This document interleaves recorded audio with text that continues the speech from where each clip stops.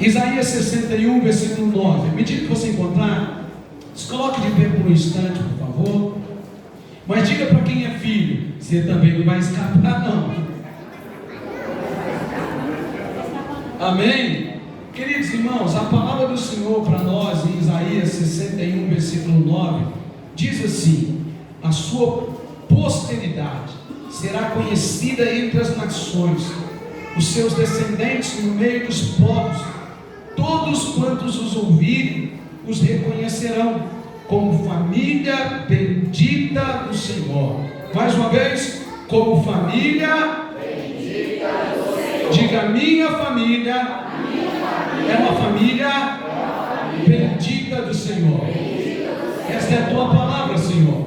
Fala conosco, ministra aos nossos corações esta verdade libertadora, Pai. Abra os nossos ouvidos, abra o nosso entendimento, para que possamos sair aqui, Senhor, impactados pelo poder da tua presença. Senhor, joga todo o meu eu por terra, Deus, que eu não fale nada de mim mesmo, mas que eu possa ser um instrumento, um canal em tuas mãos, em nome de Jesus, amém. Pode se assentar. O tema da mensagem hoje é: minha família é bendita do Senhor. O texto que nós lemos, ele está situado 800 a 900 anos, mais ou menos, antes do nascimento de Jesus. E o texto que nós lemos, ele é conhecido como uma profecia messiânica, porque esse texto, ele fala diretamente da pessoa de Jesus. É que eu li só o versículo de número 9, mas se você ler todo o capítulo de número 61, você vai ver que aí está falando da pessoa de Cristo, que o Espírito de Deus está sobre mim, me ungiu para pregar, para pregoar, libertar os cativos, os oprimidos, e assim por diante. E esse contexto, ele vai se desembocar em Lucas, no capítulo 4, no versículo 18 ao versículo 19. Se puder colocar aí, coloque Lucas, capítulo 4, do versículo 18 ao 19. Olha o que está escrito em Lucas, no capítulo 4, no versículo 18 ao 19. O Espírito do Senhor está sobre mim, pois que me ungiu para evangelizar os pobres, enviou-me a curar os contritos de coração, a proclamar liberdade aos cativos e a restaurar a restauração das vistas aos cegos, e a pôr em liberdade os oprimidos, anunciar o ano aceitável do Senhor. Quem disse isso? O próprio Jesus, que no templo pegou o livro do profeta Isaías, exatamente o capítulo de número 61, e Jesus lê esse texto e diz: agora está se cumprindo essa profecia. Isaías falou há 800 anos atrás, e Jesus diz: agora se cumpre essa escritura. Por que eu estou tentando trazer para você todo o pano de fundo da história desse texto? Porque quando Isaías profetizou, o reino da Síria e outros reinos estavam tentando invadir Judá. E que era Judá? Judá era o reino do sul, qual tinha sua capital como Jerusalém. Depois da morte de Salomão, o reino se dividiu entre sul e norte.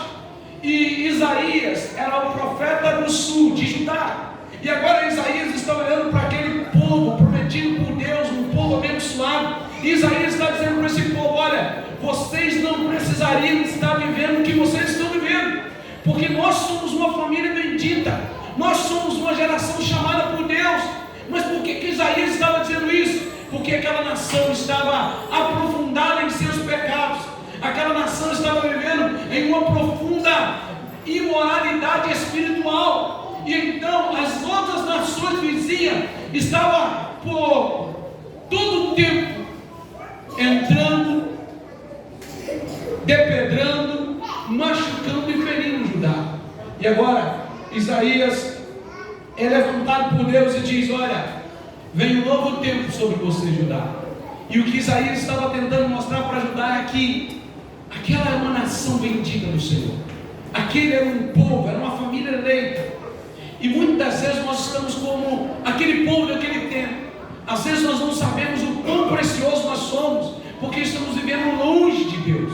Às vezes nós não sabemos o quão valorosos somos, porque estamos longe daquilo que Deus tem para nós. E assim como Deus levantou o profeta Isaías para tentar alertar o povo, Deus levanta pessoas ainda hoje para te alertar, para dizer para você que você não é um fracasso, você não precisaria estar vivendo como escravo dos seus pecados, mas que você só precisa entender que você é alguém bendito, abençoado por Deus. Então Deus levanta o profeta Isaías, e 800 anos se passam, e como eu disse para você no livro de Lucas, lá no capítulo de número 4, essa profecia se cumpre. E essa profecia ela não acabou, ela continua ainda e vai continuar sempre com a validade eterna sobre a vida daqueles e aquelas que entendem o que Cristo veio fazer. Então, olhando para esse texto e olhando para a família bendita do Senhor, esse texto nos ensina algumas coisas interessantes e pelas quais Isaías estava lutando e tentando alertar o povo. E a primeira lição que nós entendemos para termos uma família bendita do Senhor é que nós precisamos saber o nosso papel de pai e de mãe.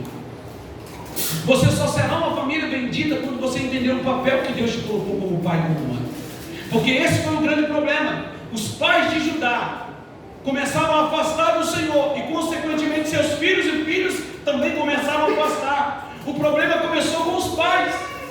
Os pais deixaram a lei do Senhor, os pais abandonaram a lei do Senhor, os pais se voltaram contra Deus, os seus filhos começaram a nascer aonde os seus pais eram corruptos, os netos nasceram aonde os pais também eram corruptos. Então levanta Isaías, e Isaías começa a proclamar um tempo de renovo sobre Judá. Por quê? Porque Judá estava vivendo sempre espreitado pelos seus inimigos, e não era para ser assim. Porque aquela era uma nação bendita, era um povo de Deus, era um povo abençoado. Mas qual foi o problema? Que os seus pais abandonaram o caminho do Senhor. E a minha primeira palavra nessa noite, a primeira lição que você precisa aprender é que você pai, você mãe, precisa entender o seu papel nessa terra. Você precisa entender que você não é um fantoche do seu filho. Você não está aqui para fazer todas as vontades do seu filho, mas você veio aqui para discipular os seus filhos. Você veio aqui para fazer a diferença. Você veio aqui para ser como Isaías, para dizer para os seus filhos: tome rumo, tome direção, e para ministrar a palavra de Deus sobre os seus filhos, e para dizer para os seus filhos: eu e minha casa somos família bendita do Senhor. Mas qual o grande problema? É que nós encontramos hoje pessoas que são crentes, são cristãos, dizem que servem Jesus, mas que não têm uma postura de quem serve Jesus. Dizem que são como o povo de Judá dizia: nós somos de Judá, pertencemos ao Deus de Israel, nós servimos esse todo-poderoso Deus. Mas quando Deus olhava para Judá, não era isso que estava acontecendo. Os pais tinham abandonado a lei do Senhor, e consequentemente os filhos estavam nascendo dentro de um princípio de abandono. Então deixa eu dizer algo para você: os seus filhos estão de olho em você. Seja um crente de verdade, seja um servo de Deus de verdade, faça a diferença para que a sua família seja uma família bendita do Senhor. Porque foi exatamente nesse contexto que se levanta Isaías. E se você ler todo o contexto desse texto, o texto está dizendo sobre libertar os cativos, libertar os oprimidos, dar vista aos cegos. Isaías, embora estivesse falando de uma visão messiânica de Jesus, mas Isaías também estava dizendo para aquele povo: vocês acham que enxergam, mas são cegos. Vocês acham que estão curados, mas estão doentes. Então Isaías estava dizendo: vocês só estão sendo escravos porque querem ser, porque nós somos a família bendita do Senhor. Então você pai, você mãe, precisa definir o seu papel. Na minha vida ministerial, o que eu mais encontrei é filhos tomando lugar de pai e de mãe. Sabe, eu fico horrorizado quando eu vejo pai e mãe sem ação. Eu fico horrorizado quando eu vejo pai e mãe inerte, que não toma atitude, não faz nada. Você precisa orar, mas de vez em quando você precisa agir. E sabe qual é o nosso grande problema? É que nós estamos achando tudo muito bonitinho. Estamos terceirizando a educação dos nossos filhos, colocando o celular. Essa meninada de hoje só quer saber de celular o tempo todo, não sabe nem falar alô direito, não tem nem contato para ligar, mas tem Instagram, tem YouTube, tem um monte de coisa. Aí depois vai chorar com o que está acontecendo. Irmão, me perdoe que eu vou te falar, mas muitas vezes eu acho um assassinato você colocar celular na mão de muitas crianças. Você está matando o seu filho. Irmão, eu não estou dizendo que eu sou o melhor pai do mundo, longe disso, não é a melhor mãe do mundo, mas eu não dou celular para ela na hora tão cedo. Ela tem que fazer os seus trabalhos de escola, ela usa o meu celular e pede de mim, e aí ela pode até pensar: por que Quantos casos, a maioria dos casos que eu peguei em 20 anos de ministério, os grandes problemas familiares entre pai e filho estão ligados às redes sociais. Coisas terríveis acontecendo, porque você terceiriza o seu filho, e você, às vezes, nós não percebemos o quanto nós estamos perdendo em não ensinar a lei, os preceitos do Senhor para os nossos filhos, porque é exatamente essa configuração que Judá estava vivendo. Os seus pais deixaram de servir ao Senhor, os reis que vieram deixaram de andar no mesmo caminho de bênção que Davi e Salomão andou, os reis se prostituíram, os pais se prostituíram e se tornaram uma geração que perderam a bênção de Deus, porque benditos do Senhor significa abençoados do Senhor. Então, irmãos e irmãs, você, eu, nós que somos pais, nós precisamos entender qual é o nosso papel. Você precisa estar atento, porque Deus te deu uma missão, Deus te deu uma tarefa, Deus te deu algo precioso, como diz o Salmo de número 127, versículo 3, que os filhos são herança do Senhor.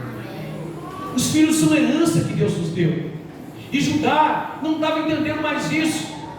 Aquele povo se perdeu em meio aos seus pecados. Então os filhos já estavam nascendo em um princípio de desordem e morte. Deixa eu dizer algo para você. Talvez você está dizendo assim: pastor, mas na minha família sempre teve essa maldição. Fulano de tal fez isso, ciclano fez isso. Sabe, se eu fosse olhar algumas maldições da minha família, eu estava perdido. Mas eu digo daqui para frente, eu, minha esposa, minha filha, meus netos, meus bisnetos estão abençoados. Não importa a maldição que alcançou meu pai, ou minha mãe, ou meu bisavô, já passou, porque eu sou família bendita do Senhor. Nós precisamos entender isso. Esse princípio precisa ficar fundamentado no seu coração. E era essa chamada de Isaías para o povo. Vocês precisam entender que vocês devem passar a palavra de Deus aos seus filhos. E a grande pergunta é: então como eu posso plantar essa verdade? Como eu posso trabalhar para que a minha família, como diz o Salmo, como diz o versículo de número 9, a sua posteridade, olha o que o texto está dizendo, a sua posteridade, a sua descendência, a sua geração, aqueles que virão de ti, olha o que o texto está dizendo, meu irmão, a sua posteridade será conhecida entre as nações, os seus descendentes no meio dos povos, todos quantos virem, os reconhecerão como família bendita do Senhor. Olha o que o texto está dizendo, a sua posteridade. Talvez você diz: pastor, mas esse não é um texto messiânico. Sim, esse texto não está falando de Jesus, sim, porém se ele está falando de Jesus, nós somos a descendência de Cristo, nós somos comprados e lavados e remidos pelo sangue de Jesus. O sangue dele nos cobriu, nos comprou, e isso é uma verdade para a eternidade. Então, como eu posso colocar na mente, no coração do meu filho, da minha filha, como eu posso então entender isso? Como meu filho e minha filha pode ser família bendita do Senhor? Sabe como? Simples. Romanos 10:17. A fé vem e vem por ouvir a pregação da palavra de Deus. Só tem um jeito: você ensinando ele e ela no caminho do Senhor. Talvez você diga: pastor, mas eu ensinei, mas ele se desviou. Fica tranquilo, continue orando, continue sendo crente, continue sendo servo, porque o Deus que começou a boa obra, ele é fiel para terminar. Amém. É isso que nós precisamos entender. É sua responsabilidade, é responsabilidade sua. Você recebeu essa herança. A palavra de Deus diz em Provérbios 22:6: encuca a criança no caminho em que deve andar, ou seja, ensina ela o caminho que deve andar, porque até quando tiver velho, não se desviará. Essa é a chamada para mim e para você. O profeta Isaías, ele confrontou Judá. O profeta Isaías, ele chamou Judá para um conselho. Ele chamou aquela nação para um confronto. A minha pergunta é: você tem confrontado seu filho e sua filha segundo a palavra de Deus? Eu não consigo entender filhos vencendo o pai. Faz o que quer. Outro dia eu estava vendo um vídeo muito interessante. Uma mulher estava com seu filho no mercado, e o menino começou: eu quero biscoito, eu quero biscoito. E o menino então começou a chorar, levantar os pés, pegar birra. Sabe o que ela fez? Ela deitou no chão, também começou a pegar birra. Eu falei: vamos ver quem ganha essa história. O menino ficou sem graça, levantou. Uma criança, irmão. Tem princípios que são inegociáveis. Tem princípios que não podem ser negociáveis de forma alguma.